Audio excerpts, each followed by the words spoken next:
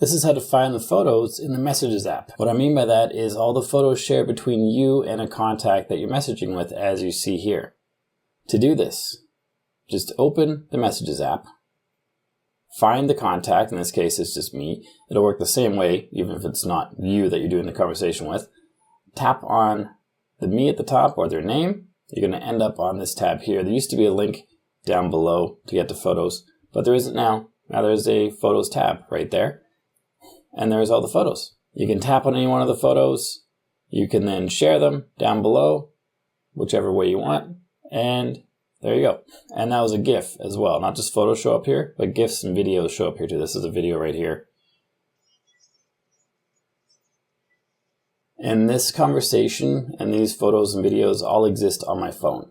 If you were doing these conversations across various devices, your Apple Watch, iPad, iPhone, your computer, then you wouldn't have all these photos there if you don't have specific settings set up in your iCloud setup. Let me show you how that works. Let's go into settings, scroll down until you get to iCloud, way down here. Scroll down a little bit. Under Save to iCloud, we see Photos, 0 items, and Messages off.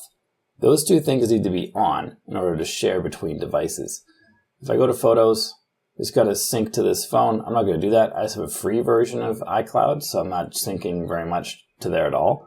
So when I go across devices, I don't have all these things on my various devices at the moment. Maybe I'll upgrade in the future. I don't know. But if you do have iCloud or you want to get iCloud, turn this option on to sync this iPhone, and then go to Messages and turn this option on to use on this iPhone. And then all the different photos and things will be shared across all your devices. And these photos, even though you might have received them on your phone, are going to show up on your watch, on your MacBook, on your iPad, and wherever else you access your iMessage. I hope this video helps. If it does, let me know by subscribing and liking. Then check out this video on your screen right now, which shows you how to empty the trash bin on your iPhone. You've probably never done it, but you got to do it. So check out that video, and I'll see you there.